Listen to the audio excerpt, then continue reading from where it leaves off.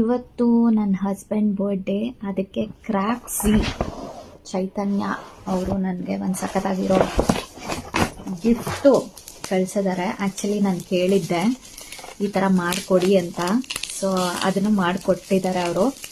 And packaging ತುಂಬಾ ಚೆನ್ನಾಗಿದೆ.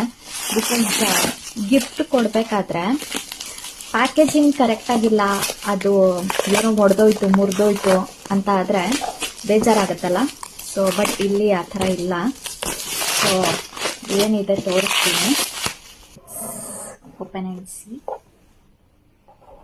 ನನ್ನ ಹಸ್ಬೆಂಡ್ ವಿಡಿಯೋದಲ್ಲಿ ಬರಲ್ಲ, ಅದಕ್ಕೆ ನಾನೇ ಮಾಡ್ತಾ ಇದ್ದೀನಿ ವಿಡಿಯೋ. ಓಪನ್ ಮಾಡಿ ಗಿಫ್ಟನ್ನು. Okay, see this. Oh wow, really amazing. So first ಇಲ್ಲಿ ಒಂದು ಕೀ ಚೈನ್ ಇದೆ. ಆ್ಯಕ್ಚುಲಿ 2 ಕೀ ಚೈನ್ ಇದೆ, ನಂದು ನನ್ನ ಹಸ್ಬೆಂಡ್ ಫೋಟೋದು. ಸೊ ಮೇ ಬಿ ನನಗೊಂದು ಅವ್ರಿಗೊಂದು. ಆ್ಯಂಡ್ ಇಲ್ಲಿ ಒಳಗಡೆ ಆ್ಯಕ್ಚುಲಿ ನನ್ನ ಕೇಳಿದ್ರು ನಾನು ನಿಮ್ಮದು ಮಾಡಲಾ ಅಂತ. Since it was my husband's birthday, ನಾನು ಅವ್ರದ್ದು ಮಾಡಿಸ್ದೆ. This is called resin art ಅನ್ಕೊತೀನಿ ಇದು.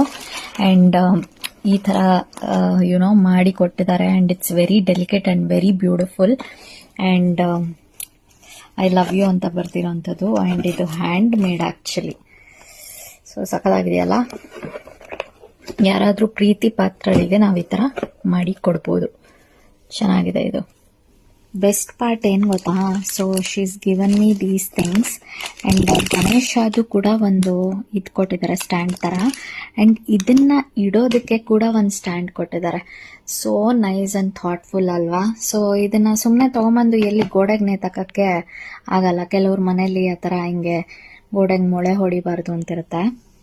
So thank you so much Chaitanya. This really made our day.